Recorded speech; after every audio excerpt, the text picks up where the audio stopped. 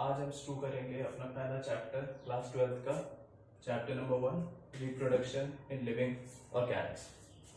किसी भी living Organics के बारे में जब हम पढ़ते हैं, खासकर जब हम उसके रिप्रोडक्शन के बारे में डिस्कस करेंगे, जो फर्स्ट यूनिट है हमारे 12th के एनसीईआरटी की, तो एक जो बेसिक चीज हम पढ़ के आए हैं 11th में, जो चीज हमने पहले भी डिस्कस की है कि जब भी हम किसी लिविंग ऑर्गेनिक्स के बारे में बात करते हैं तो हर एक लिविंग ऑर्गेनिक्स जो इस अर्थ पे है वो एक कॉमन प्रोसेस शुरू करता है कि हर एक लिविंग ऑर्गेनिक्स का बर्थ होता है और इवेंचुअली उस लिविंग ऑर्गेनिक्स की एक नेचुरल डेथ होती है।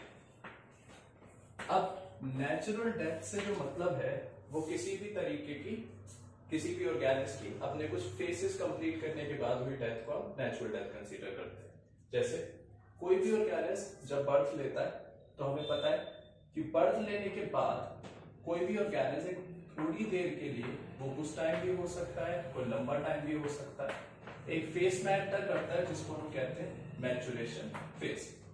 ये मैच्योरेशन फेज वो फेज है जिसमें कोई भी ऑर्गेनिक्स ये एबिलिटी अपने अंदर अचीव करता है कि वो रिप्रोड्यूस कर सके। इस फेज में वो रिप्रोडक्शन परफॉर्म नहीं कर रहा है, बट क्योंकि कोई भी लिविंग ऑर्गेनिक्स बर्थ लेते ही रिप्रोड्यूस नहीं कर सकता, तो जब कोई ऑर्गेनिक्स का बर्थ होता है तो वो मैच्योरेशन फेज में एंटर करता है। इस मैच्योरेशन फेज में वो एक एबिलिटी अचीव करता है कि वो रिप्रोड्यूस कर सके। जैसे ही कोई मैच्योरेशन फेज कंप्लीट करता है तो उसके पास रिप्रोडक्शन की एबिलिटी आ जाती है और वो जिस फेज में एंटर करता है उसको हम कहते हैं रिप्रोडक्टिव फेज। रिप्रोडक्टिव फेज ही हमारा मेन पर्पस है इस यूनिट का पढ़ने का, कि रिप्रोडक्टिव फेज में कौन कौन से चेंजेस आते हैं, कोई भी ऑर्गेनिक्स किस तरीके से रिप्रोडक्शन परफॉर्म करता है, कितने तरीके के रिप्रोडक्शन हो सकते हैं, रिप्रोडक्शन की क्या नीड है, क्यों कोई भी ऑर्गेनिक्स रिप्रोडक्शन परफॉर्म करता है, ये सब चीजें हम डिस्कस करेंगे। रिप्रोडक्टिव फेज के बाद मोस्टली ऑर्गेनिक्स एक फेज में जाते हैं जिसको हम नॉर्मली एजिंग कहते हैं या इसको हम सेनेसेंस के नाम से भी जानते हैं।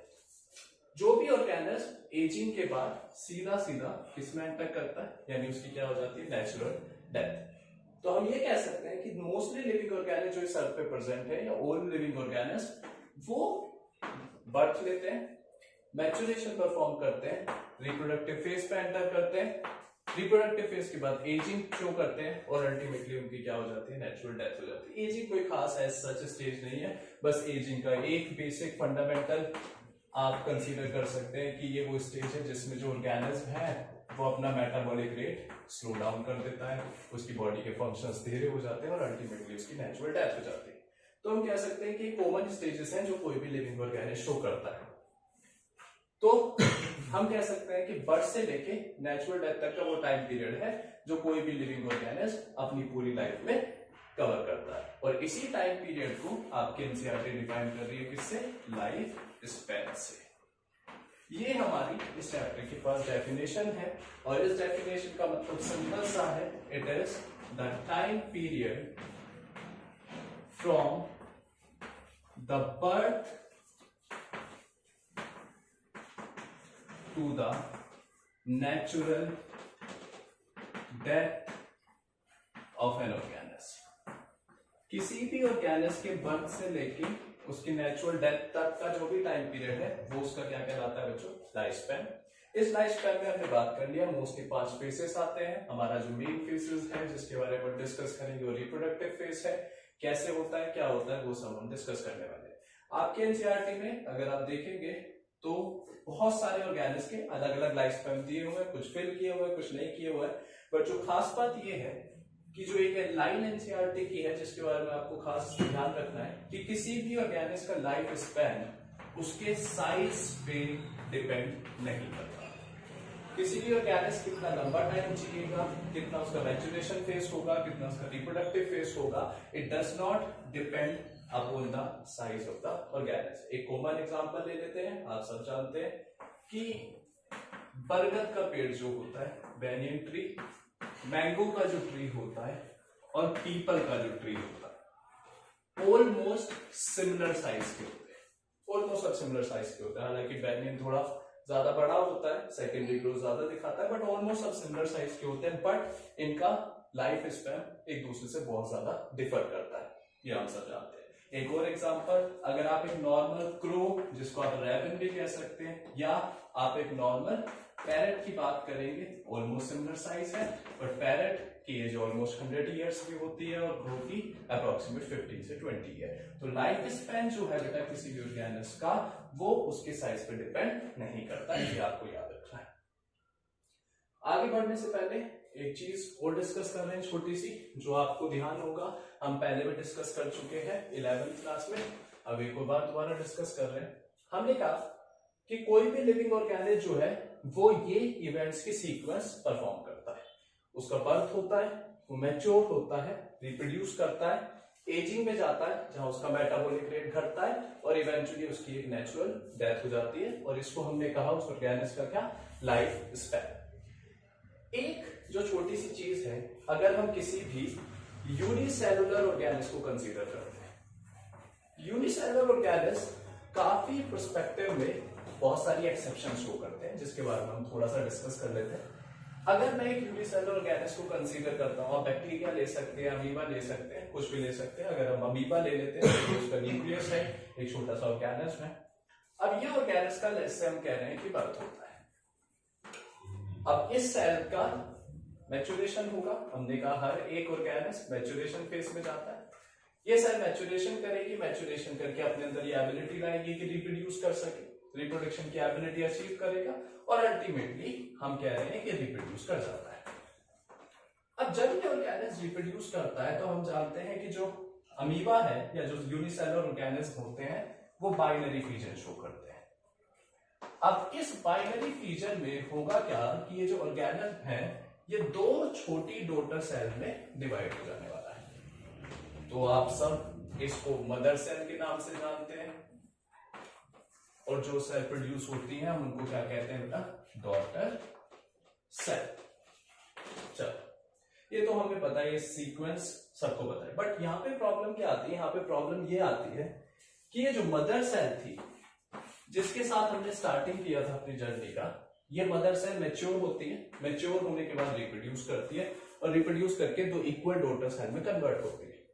बट क्वेश्चन ये उठता है कि ये मदर सेल रिप्रोड्यूस करके दो डॉटर सेल में कन्वर्ट हो गई, तो इस मदर सेल की डेथ तो हुई नहीं, इस मदर सेल ने कोई भी नेचुरल डेथ शो नहीं की।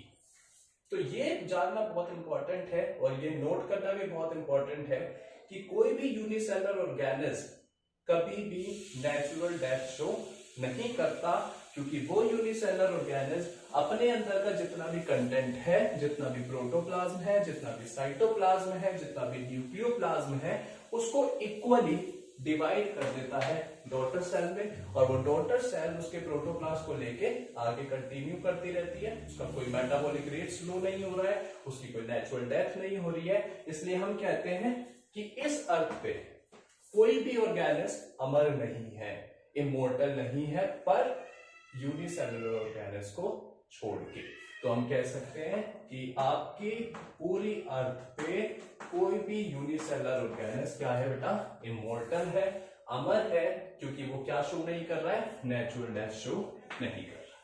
तो एक बार क्विकली रिवाइज कर लेते हैं शुरू से। हमने कहा कि कोई भी लिविंग ऑर्गेनिज्म बर्थ से लेके डेथ तक का एक फिक्स्ड सीक्वेंस ऑफ इवेंट दिखाता है। उस सीक्वेंस ऑफ इवेंट में जितना भी टाइम पीरियड वो कवर करता है उसको हम लाइफ स्पैन कहते हैं। दूसरी चीज जो हमने बात की कि जो लाइफ स्पैन होता है वो किसी भी ऑर्गेनिज्म के साइज पे डिपेंड नहीं करता, कभी भी लाइफ स्पैन साइज पे डिपेंड नहीं करेगा। एग्जांपल के तौर पे आप याद रखेंगे, डेलियन, mango, peepal tree, almost similar size, different life span.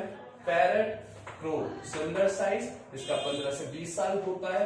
Parrot का अप्रोक्सीमेट 140 ईयर्स, 100 ईयर्स, उससे भी ज्यादा जाता है। एनसीईआरटी ने 140 के करीबन इसको मेंशन किया हुआ है, और एनसीईआरटी आप पढ़ना शुरू करेंगे, हर एक चीज एनसीईआरटी के हिसाब से हम लेके चलेंगे। हमने फिर कहा कि हमारे पास एक एक्सेप्शंस है जो यूनिसेलुलर ऑर्गेनिज्म के फॉर्म में है, जिसको हम कहते हैं कि यूनिसेलुलर ऑर्गेनिज्म की क्या नहीं होती बच्चे, किसी भी तरह की कोई नेचुरल डेथ नहीं होती, क्योंकि यूनिसेलुलर ऑर्गेनिज्म रिप्रोड्यूस करते समय अपना प्रोटोप्लाज्मिक कंटेंट इक्वली अपनी डॉटर सेल में डिवाइड कर देते हैं और वो नया ऑर्गेनस उस कंटेंट को लेके आगे सर्वाइव करता रहता है। तो एनसीईआरटी की एक लाइन है जो कि आप पढ़ेंगे तो आपको मिलेगी कि no living organisms on this earth is immortal except unicellular organisms, कि कोई भी ऑर्गेनस इमॉर्टल नहीं है। किसके जगह किसको छोड़ दें अगर हम? यूनिसेलुलर ऑर्गेनस को छोड़ दें।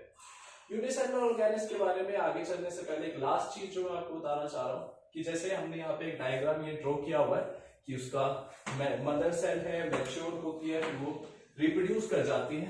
बीच में आप भी जानते हैं कि ये सेम इवेंट आपने 11th के चैप्टर में डिस्कस किया था, cell cycle and cell division, और वहां पे भी हमने बात की होगी कि यूनिसेलुलर ऑर्गेनस के लिए जैसे अमीबा या बैक्टीरियाज होते हैं उनके लिए मोस्टली हम क्या कहते हैं कि ग्रोथ या हम कह सकते हैं cell division is equal to reproduction, कि उनके लिए जो रिप्रोडक्शन का प्रोसेस है वो ज्यादा कॉम्प्लेक्स नहीं होता है। उनके लिए बड़ा सिंपल सा प्रोसेस है कि वो एक सेल है तो में डिवाइड हो जाएगी, और इसी प्रोसेस को हम सेल डिवीजन या ग्रोथ की तरह कंसीडर करते हैं, और इसी प्रोसेस को हम किसकी तरह कंसीडर करते हैं?